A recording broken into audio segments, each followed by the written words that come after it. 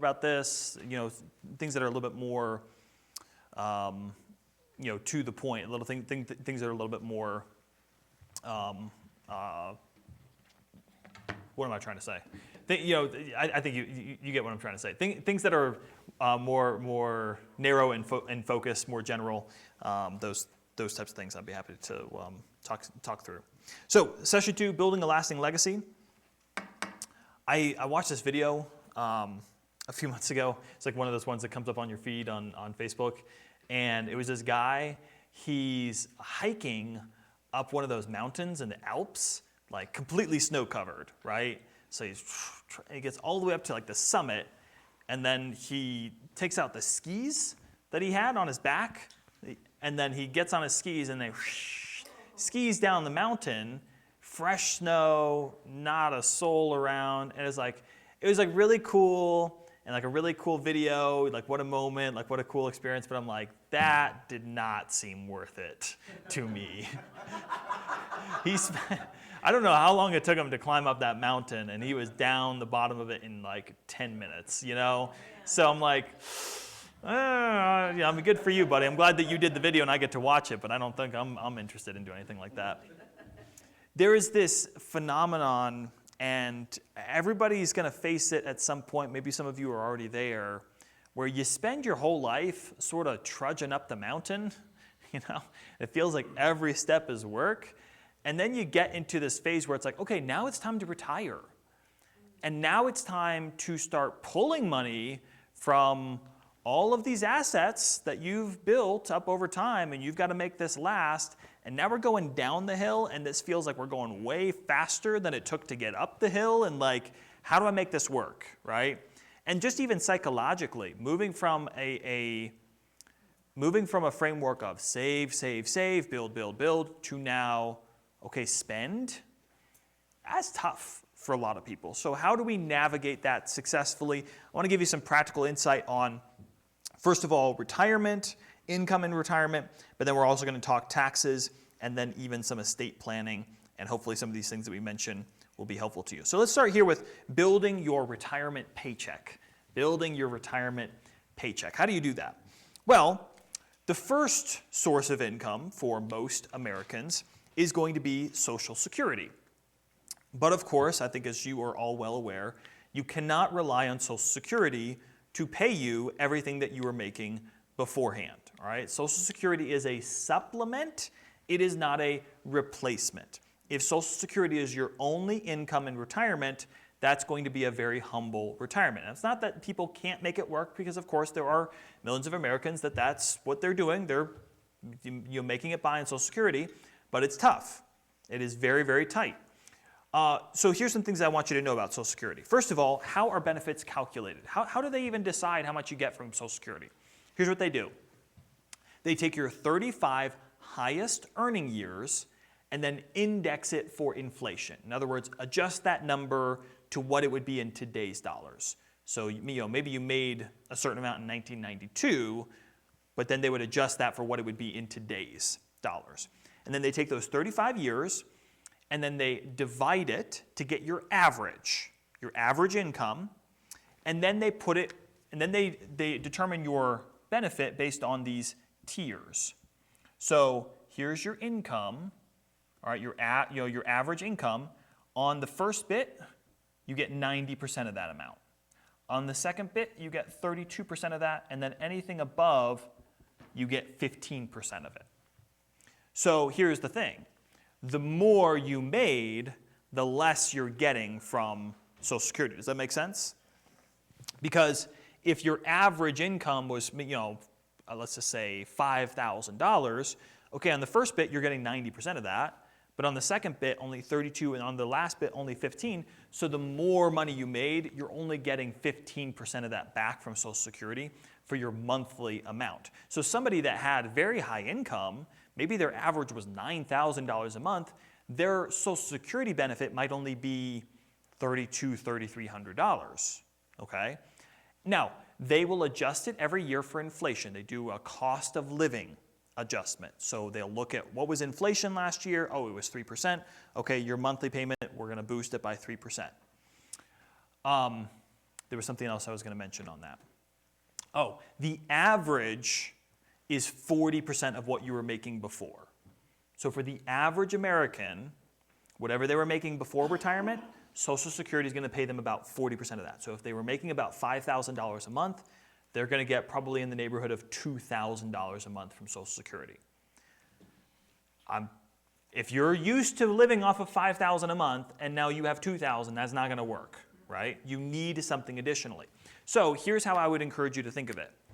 So your retirement paycheck, let's say we're just using easy numbers here. Let's say $5,000 a month. And by the way, I know a lot of people have this mindset, and I've heard this from many times. Yes, Nate, I was making $5,000, but when I retire, I'll live off of less. And that's a wonderful aspiration, but what I found is in reality that very rarely happens because it's difficult. It's difficult to just chop everything by 20%. So if you're making $5,000, you want to replace $5,000. Well, if Social Security is $2,000, well, great, okay, but we still have $3,000 to make up. Well, we can go to other guaranteed sources. What might be a guaranteed source? Maybe you have a pension. You worked like a government job, or you work for a company that has a pension. Maybe that you have some type of like annuity, or you have a rental property. Okay, it's other guaranteed sources of income, things that are putting money in your pocket every month automatically. And let's say maybe you have another $1,000 a month from one of those types of sources. Okay, well, we still have a gap. We have a gap of $2,000. Where do we get that extra $2,000 from? This is where you want to start thinking about, okay, money that you've accumulated, that you've built up, assets that you have, how do I start pulling from those to supplement my income in retirement? So on Social Security, let me show you this.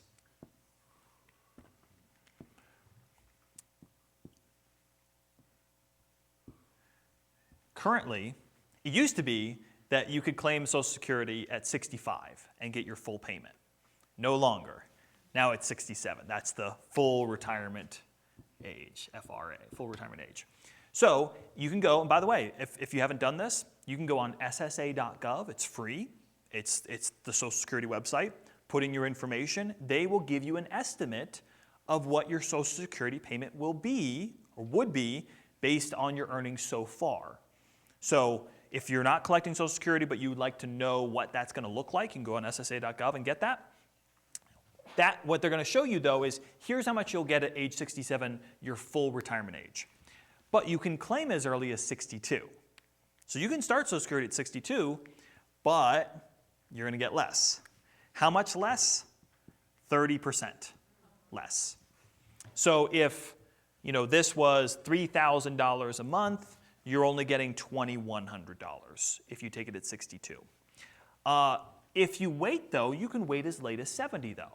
So you don't even have to take it at 67. You can delay it until 70, and you'll get an extra 24% higher, 8% for each year that you wait. So, and by the way, on ssa.gov, they'll give you the breakdown. They'll show you by age, okay, if you take it at this age, here's how much you would get. What makes sense? Should I take it early? Should I take it late? Here's something that I want to clear up some confusion around, and I hear this all the time. Hey, I don't know if Social Security is going to be there, right? I mean, I'm not counting on Social Security. And I understand people's concerns, absolutely. Let's just understand how Social Security works, right? Everybody who's working right now is paying Social Security taxes, or at least they're supposed to be paying Social Security taxes. That money goes directly to the government. So here's all the working people paying their Social Security taxes to the government. The government then takes that money and hands it over to the people who are collecting Social Security. But here's the problem. The money that's coming from all the people working is not enough to pay all the people who are owed Social Security. There's a shortfall. But the good news is that the government has a reserve fund back here with billions of dollars in it currently, so they can dip into that for the shortfall and pay everybody their money. But that reserve is dwindling, and it's set to run out by 2033 or 2034. So those reserves will be gone. If we don't make any changes, the government's just going to have to say, well, here's how much came in. We don't have any extra So we're just going to have to reduce your benefit by about 15 to 20%. Now, as long as people are paying taxes, there is going to be Social Security. So it's not like, because when people say it's going away, that makes it sound like the payments are going to stop. No, it's not the payments are going to stop. It's just that the reserves are gone, so now we have to make some changes.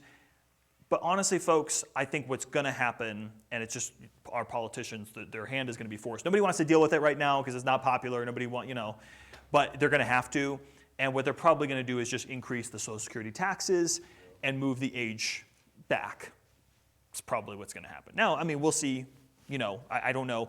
But so my point is, I would not be worried that Social Security is going to be gone, but I would just be concerned that I don't want to really rely on it, hardly at all. Just view it like gravy. Whatever I get from it, great, but I need to be thinking proactively, how else am I going to have income sources in retirement? So I think you're following along with me on that. So there is something, so in order to pull money from your, from your assets, from your savings, what does that look like? Let me, and I'm thinking through how I want to do this because just for sake of time, I can't get too into the weeds on any one of these things. Let me just show you something that I feel like is a good visual of how this can work in real time. So let's say that you need $2,000 a month, and let's say you currently have saved up $500,000. And that could be in a lot of different places. I'm not saying that's in one account, but just across the board. I've got $500,000 in cash, CDs, retirement accounts, just, I've got $500,000 saved up. How do I then take from that to supplement my income? What makes sense? There's a great visual. It's called the bucket strategy. There's different ways to do this, but I'm just going to share with you the bucket strategy. And here's what that looks like. You have a cash bucket. You have a reserves bucket. And then you have a growth bucket, okay? And what you want to do is the cash bucket is where you're withdrawing money from, okay? This is where you're getting your $2,000 a month to go into your bank account, okay? This is your bank, all right? So every month, money's flowing into your bank account like a paycheck so that you have consistent income. How much do you put in this cash bucket? Well, you want to do 1 to 2 years worth of your spending need. So if I need $2,000 a month, how much is that a year? That's $24,000. 2 years is 48. So somewhere between 24 to 48,000. And the cash bucket is something that is going to be doing this, right? It's just going to be slowly but surely growing. I would put this like in a savings account or a money market account, something that maybe earns a little bit of interest, but it's accessible. You don't put this in the market. You don't put this in cryptocurrency. You just keep it somewhere safe, somewhere liquid, somewhere that you can pull from on a regular basis. And then you want to have some reserves. This is your backup money. And you want to have typically between 5 to 7 years worth of your need. So if you need $24,000 a year, 5 years is 120, and let's see here, 168, right? Somewhere between 120 to 168,000. Remember, this is our 500, okay? Where are we putting all this? We want to have this in reserves. What would that look like? Okay, it could be high quality bonds or CDs, something that is very conservative by nature, but it's not something where I need all of that right away, liquid, at my fingertips, right? Something safe, something consistent, something conservative, something that maybe kind of does like this. Maybe a little bit higher return than our cash, but still pretty conservative. And then the rest, I want to put in growth. Now, what would growth be? Growth could be a diversified set of stocks. It could be real estate. It could be a business that you run. but a growth investment, something that is likely to have a higher rate of return over time. So if I have 2 years worth of money in here, 48,000, and I have 5 years here, so that's 168,000. So let's do our math here. That's 332,000 that we'd have in growth, and that might fluctuate more over time, but it's going to be a higher return. Okay? Is everybody following with me so far? Okay, okay. So here's what happens. As this is coming out each month, we've got to fill up the cash bucket, right? Because that's going to start to dwindle. All right, so 2,000 is coming out of it. So on a regular basis, typically maybe on a quarterly basis, we have to refill the cash bucket. How do we determine how to fill up the cash bucket? Well, here's how it goes. When our growth is up, we take from it and we put more money in the cash bucket. But if our growth is down, we pause, we don't pull from the growth bucket, and we take from our reserves, okay? Because what if we head into a recession? What if we have really bad luck and the year we choose to retire, all of a sudden everything goes in the toilet? Well, we want to have reserves that are going to last us through that time, because if maybe I bought some real estate. Maybe I put money in a bunch of companies. Maybe I invested in my own business and then the economy tanked. And now things are really bad. Well, I don't want to be selling and taking money out of that growth investment while it's down. That's a bad idea. What's the mantra of good investing? You want to buy low and sell high. You don't want to sell low. So what we do is we pull from our reserves to keep filling up our cash bucket until we've gotten through that rough weather. Now, how long do recessions and market downturns typically last? A couple of years. 6 months to 24 months is typical. Even if we went through a 2008 scenario, really, really bad, how long did it take for our economy to kind of right the ship after 2008? Took a few years, but it didn't take 10 years, right? By about 2011, 12, 13, we were back to where we started in 2008. So this is why if you have 6, 7, 8 years worth of your need set aside, you have enough to get you through the rough patch, even in a worst case scenario. And the reason you've got to put most of this in growth is because you've got to outpace inflation over time. Because I don't need to tell you, everything's more expensive than it used to be. Okay? Does anybody want to go back and Google what the prices of things were 5 years ago? If you want to be depressed, go ahead and do that. It's bad, right? And if you had your money sitting in a checking account for the last 5 years, you've lost money. You've lost. And I know how a lot of us think. We think, no, it's safe. I didn't lose. Look, it's still there. It's still in the safe. It's still in the bank account. Okay, yeah, it is, but it cannot get you nearly what it did just a few years ago. So that's why you have to have a good chunk of your money building and growing over time to outpace inflation, while also being conservative enough to have money to last you through the lean times, because there will be market downturns, there will be recessions. Like it's not a well, maybe there will be. And if you use a strategy like that, then you can do both. You can grow your money for the long term and also not risk losing in the short term when the market turns down. So much I want to say there, but just for sake of time, we've got to move on to our second point. Let me talk to you about 4 impactful tax strategies that will help you to keep more of what you earn. My basic philosophy is you need to pay your taxes, but you don't have to leave Uncle Sam a tip. Okay? So pay the taxes that you owe, but use the rules at your disposal to be as efficient as possible. There's something called tax evasion, and there's something called tax avoidance. You guys know the difference between tax evasion and tax avoidance? 20 years in federal prison. Yeah. Using rules at your disposal to minimize your tax bill is great.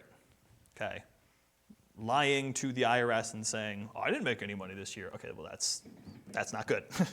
So let me give you 4 tax strategies. First of all is Roth conversions. So let me just show you how that works. So there are different types of accounts, different types of retirement accounts. 2 of the most common types are IRAs and Roth IRAs. So maybe you have an IRA, maybe you have a Roth IRA, but all accounts, 401ks, 403b, any type of retirement account is either traditional, or it is Roth, okay? And the difference between those 2 terms is when you pay the taxes. With traditional, you don't pay taxes when you put the money in, you pay tax when you take it out. With Roth, you pay taxes when you put the money in, you pay no tax when you take it out. Okay? That's just in a nutshell, the difference. But did you know that at any given time, you are allowed, if you have money in a traditional IRA, you can move it over to a Roth IRA and pay taxes on it now. Now, why would anybody do that? Why would anybody voluntarily say, hey, IRS, I'll just pay you now instead of later? Okay? Well, here's why. Here are our tax brackets, right? We start at 10%, then we go to 12, then 22, then 24, then 32, and it goes higher from there. Well, let's say right now, maybe my income puts me such that all the additional dollars that I'm earning, I'm in the 24% tax bracket. Okay? By the way, remember, for income, you pay 10% on this, 12% on this, 22, 24. Actually, this is the way I'm drawing this. I'm in the 32% tax bracket, but you get the idea. Sometimes people have a misunderstanding. I'm not paying 32% on all of it. I'm paying 32% on just what went into the above that line. Okay? So if I'm paying 32% now, does it really make sense for me to take from my traditional IRA and move it to my Roth and pay 32% taxes on it? Probably not. But what if next year, oh, you know what? I started a business. Oh, one spouse stopped working. Oh, I'm self-employed and this was a bad year for us income-wise, and my income, taxable income at least, is now down here in the 22% tax bracket. Well, you know what I can do? I can figure out, oh, look I could make another $15,000 and still be in this tax bracket. I'm going to move $15,000 from here to here, and I'm just going to go ahead and pay taxes on it now at 22%. I'm going to pay the devil I know today so that later on I'm not paying a higher amount. So this is a really great strategy in years where your income is lower or just low to begin with. Hey, let's just pay taxes on it now. But here's the other great reason. I don't know about you, but 10 years from now, do I think that tax brackets will be lower or higher than they are today? Probably higher, right? So if I just go ahead and just pay taxes at lower brackets when available, that can be really powerful. I'll go ahead and pay taxes on it now, and then later on, it will be tax-free. Second tax strategy, qualified charitable distributions. I love this one. This is great, especially for folks that give regularly to their church, because if you're going to be giving, you might as well get a tax benefit for it. So remember the IRAs that I talked about? Okay? When you have an IRA, when you turn 73 years old, the government is going to make you take out a portion of your IRA and get taxed on it. That's the rule. Because you didn't pay taxes back then, so they're like, hey, you haven't paid any taxes yet. Time to start taking some money out so we can collect. So starting at age 73, they're going to tell you, okay, you have to take out at least X number of dollars. And then next year it'll be higher, or at least a higher percentage. And then next year higher. If you take it out and it goes to you, you have to pay taxes. But here's a really cool thing. Did you know this? if you take this and instead send it to your church, no tax. So here's what you do. You're 73 or older. I'm already going to be giving money to my church. It's not a question of if. Instead of taking it from my checking account, I'll take it from my IRA. And as long as I send it directly to my church, I can't take it first then send it. I have to send it directly to my church. As long as I do that, then it's a qualified charitable distribution and I owe no taxes on it. And by the way, if you have to take out $5,000 out of your IRA, you can split it. You can send $3,000 to the church and then $2,000 for yourself, and you're only taxed on what you personally receive. So great tax strategy. I would love to see more people using that. 3, tax loss harvesting. I'm just going to mention this quickly. I'm not even going to sketch it out just for sake of time. When you have investments that drop in value from what you bought them for, you can actually sell them at a loss and then use that to offset income elsewhere. So here's a great strategy that sometimes people use. They say, hey, maybe I bought some mutual fund shares, I bought some stock, and I just, I happen to buy them at a inopportune time because this year they're down.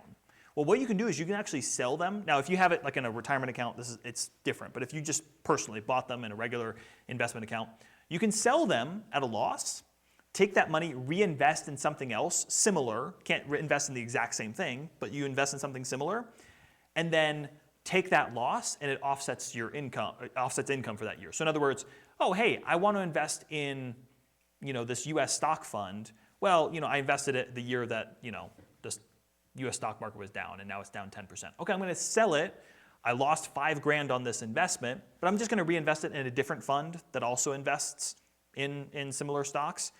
I'm going to take that $5,000 loss, and then on my taxes, it's going to offset $5,000 of income that I had. So then I don't have to pay taxes on that income. So that's another nice, neat strategy. Not a like super common one, but helpful one. And then last one is order of withdrawals. So if you enter retirement and you have different investment accounts, like let's just say you have a regular investment account. This would be like a CD or maybe just an investment account that you opened on your own. It's not a retirement account per se. It's just an account. And then let's say you have a regular IRA or 401k, and then you have a Roth account. And you've got money in each of these, and you have to decide, okay, which one should I take from in retirement? Like what order? Does it make sense? Yes, it does. You should take from this first, this second, and this third. Anybody want to venture a guess why we leave our Roth IRA for last? You're building growth, and what's going to happen when that money comes out? No tax. So I want to put more of my growth investments over here to give them as much time as possible to build, because it's all coming out tax-free, baby, right? So I want to do that. The regular account, I'm going to get taxed. If this has interest, if this has dividends, I'm getting taxed on it now anyway. Let me take from that first, and then I'll go to this one second. They're going to make me start taking money out of it anyway at some point, but I'm going to save this for second, and I'm going to leave this for third. If you'll do it that way, you will actually save a lot in taxes over a long period of time. Okay, that's tax strategies. Last one, let's talk about estate planning. Let me give you just a few estate planning mistakes to avoid.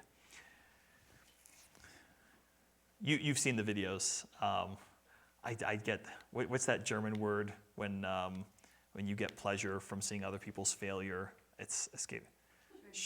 Yes, Schadenfreude. Yes, however that's said.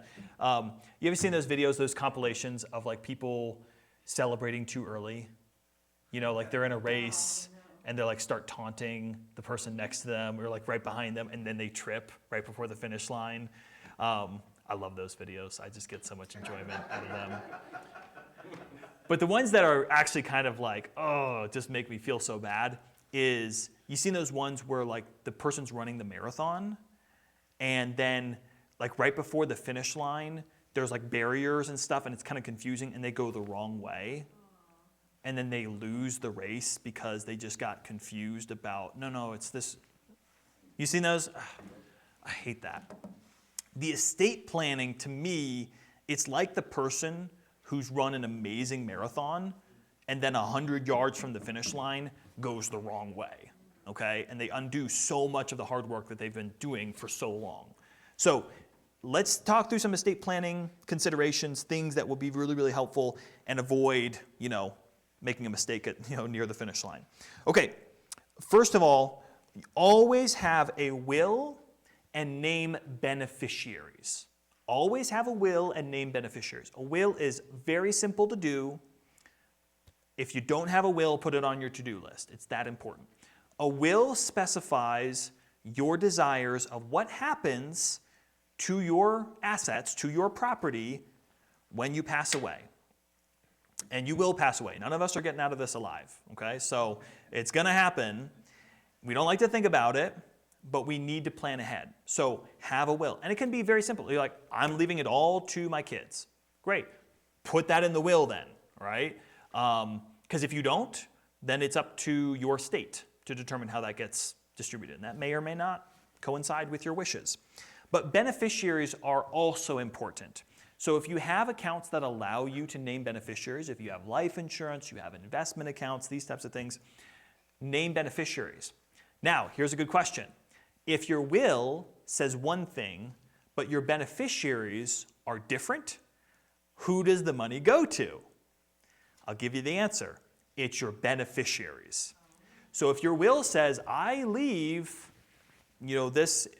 like to leave this investment account to my brother, but on the investment account, I put my kids as the beneficiary, it goes to the kids, right? And sometimes people haven't checked it in a while because they made a will back in 2001 and have not revisited it. And their wishes may have changed. Or when they opened the account, the person helping them open their account, they're like, who do you want to list as a beneficiary? And they're like, I just put this person. But they haven't looked at it since, right? So review that. If you don't know if you have a will, if you don't have a will yet, if you don't know if you have beneficiaries, check that. Very worthwhile because that could, again, depending on the situation, it may not work out the way that you actually hope it would. Secondly, understand the difference between probate and non-probate. Now, I'm not an estate attorney, so I can't go on this super deep dive, and especially with the state of Montana, every state's going to have different rules on this. Let me just explain to you very basically, though. When you pass away, probate is a process, it's a court process by which your assets get distributed and your will gets verified. But not everything has to go through probate. So in other words, okay, I die. I have a life insurance policy and I have an investment account that I have named beneficiaries on. That doesn't have to go through probate. That can go to my beneficiaries pretty quickly. As long as the death certificate is in hand, that paperwork gets sent, they'll distribute that money pretty quickly, especially with life insurance, usually a couple-week turnaround time. It doesn't take very long. But if I have a bank account, I have personal property, I have vehicles, okay, well, that's going to have to go through probate. So family member is going to take my will, they're going to bring it to the probate court, there's going to be a period of time where they review the will, there's going to be a period of time where if anybody wants to contest the will and say, hey, I'm supposed to be included in their will and I wasn't, and here's my reason why, or somebody says, hey, I found another will, or he told me one time that he was going to leave it. So there's that whole process. It takes a while. Optimistically, 9 months. Realistically, a year or more. That's just, and it's very, and you have to have your executor or executrix go through that whole process. It's very cumbersome. It can be quite a headache. And if you have not spelled out and communicated your wishes properly, it can be even a time of tension and problematic for your family. So you want to have a will, you want to have beneficiaries, but you want to communicate your desires ahead of time as much as possible. I can't tell you, Kyle could probably tell you being a pastor, like, it happens, man. Like, we get along great until mom dies, and then all of a sudden everybody's at each other's throats because, no, she told me back on Christmas in '99, So Save yourself and your family a huge headache. Have a will, have beneficiaries, communicate those wishes ahead of time. Even though it might be a little bit difficult and awkward at first, it's well worth it to do it.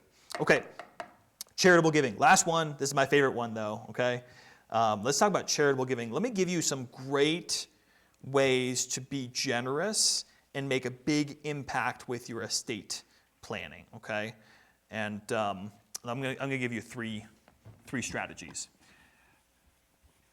So. Harvard's been in the news a little bit more here recently, not always for good reasons. Did you know that Harvard has an endowment fund? Yep. The endowment fund, I believe, there's at least $40 billion in the endowment fund. An endowment fund is just an investment account that the institution is able to utilize. And so they pull money from that investment or from that endowment fund every year to take care of the operating costs for Harvard. You know what the really ironic thing is? Harvard, most famous academic institution in America, every year they will host these really fancy fundraisers and dinners and invite all the bigwigs, and guess what they do at the end of the dinner? They ask them, would you pretty please sign a big fat check over to Harvard? And meanwhile, they have $40 billion sitting in their endowment fund, not to mention all of the tuition and stuff, that comes in from the other sources. I mean, you got to hand it to them. They do not lack in boldness, right? I would feel a little bit weird doing that. Really? I'm going to ask these people for millions and millions of dollars? Yeah, they do. And you know what? What's even more ironic? People sign those checks with a big smile on their face, and they are happy to do it. Now, personally, I could never picture myself being happy to write a check to Harvard, okay? But that's because in the list of organizations that are out there that I want to support, they're way, way, way, way, way down the list. But you know who is very, very high on that list is my church, right? Now, not everybody is in a position, God has not put everybody in a position financially to be able to support their church in a very meaningful way, but for some people, He has. And I would always encourage people to think about that when it comes to their estate planning. Consider your church. Consider charitable giving in general. It doesn't even just have to be the church. But I think you should start with your church, because what other organization are you a part of that you think is doing a more important work than your church? And there are some really practical and powerful ways to do this, and it's a win-win.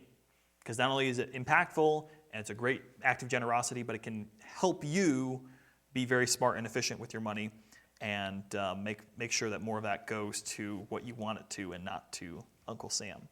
So here's the first one. It's a donor-advised fund. Donor-advised fund. This is a great tool that I've seen used many times, and I wish more people understood that it's out there and it's available. So, here's you. You can tell that I'm a great artist. You bought or received an investment. Maybe it was a stock, maybe it was a mutual fund. You received it a while ago, and it was worth, let's say $10 a share.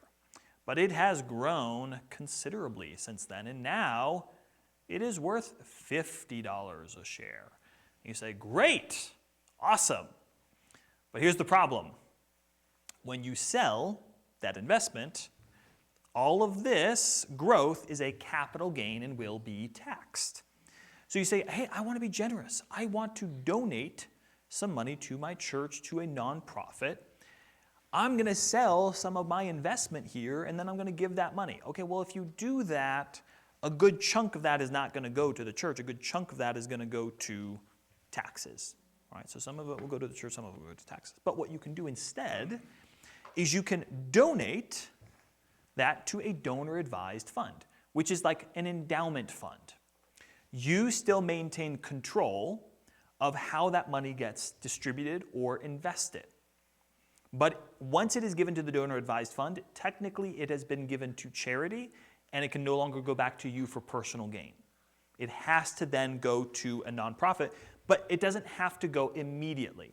So you take that ABC fund and then you sell it, but guess what? No tax, because it is being sold by a charitable organization, not you as an individual. So 100% of that money now is available to be given. And then you can immediately turn around and give it to your church or to any charitable organization. Or what some people do is they say, hey, I would love to create kind of like my own endowment fund. Hey, maybe I could give $100,000 today, or I could donate $100,000, use that as a deduction on my taxes now, because I just donated $100,000, but then I invest that over time so that it grows, and then over the next 20 years, I'm not able to just give $100,000, I'm able to give $300,000, and that gift becomes even much more impactful. So a donor-advised fund is a great way to save on taxes, to grow money over time, and to be very generous in a very large way. Now, the thing is, if you have, $5,000 and you're like, hey, I've got $5,000 in this stock and I want to give it to the church, you can always just go ahead and do that. Now, it might take a little legwork on the part of the church, but if you just give it to the church and then the church sells it, same thing. The church doesn't pay taxes because it's a non-taxable entity, okay? All right, then let me talk to you about charitable trusts. Charitable trusts.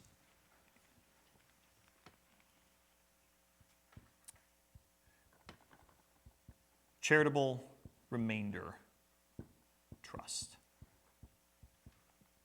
So, here's you. You've got some money, but here's the thing. You eventually want to be able to give to the church in a very impactful way. The problem is that you need this money now to supplement your income, right? Kind of going back to our retirement income, it's like, well, Social Security and other stuff, it's not enough to cover, so I still need to use some of this money now. But then when I pass away, then I would like the money to go to the church. Well, here's what you can do. You can take that money, donate it in a charitable remainder trust. You get to take a big tax deduction for that charitable gift this year when you do that. And then each year, as that money, and then you can take that money, and then it can be invested. It doesn't have to be like in a very aggressive investment. It could be a lot of different things. It could be something very conservative. And then every month, you can have, $1,000 or whatever coming back to you to supplement your income. So it's inside here, it's growing, and then money's coming out on a regular basis to supplement your income. And then when you pass away, so your little X eyes, okay, when you pass away, then whatever's left over goes to the church. Charitable remainder trust. One of my brothers was on staff at a church. They had 4 families in the church doing this, the charitable remainder trust. What a wonderful thing, okay? And by the way, it doesn't mean you have to take all of your money and it all has to go in. It could be whatever you want it to be, and that could be a great way to say, hey, I'm going to take care of my needs now, but then I'm going to be able to know that I can make a big impactful gift in the future. And then the last one I'm going to talk about, this is certainly not all of the options, but of the ones I can share with you today, is a charitable lead trust. And this works kind of the other way. So here you are. You want to give some money to help your church, but you want to do that now. So you want this money to be helping now, kind of on a regular basis. You say, instead of like, oh, I'm just going to give the church $100,000, I'm going to set this thing up where every month it's going to give the church $1,000 or whatever. So I'm going to take this money, I'm going to donate it to the charitable lead trust, and then I'm going to put it in something that, probably is pretty conservative, but it can make some money over time. And then every month, here's money that's going to the church and supporting it regularly, or any nonprofit, right? And then when you pass away, here's your excise again, okay?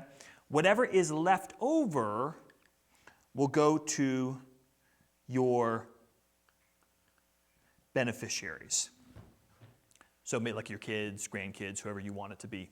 So the idea is, I'm going to donate some money now, and as long as I'm alive, I just want to see that being supported on a regular basis. But then when I pass away, I also do want some money to go to my beneficiaries. I want to leave them an inheritance. So whatever might be left over in that, I want them to have. You see how that works? Now here's the thing.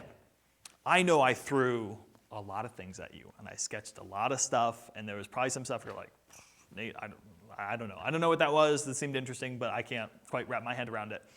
Here's the thing. I'm going to go back to what I said at the beginning.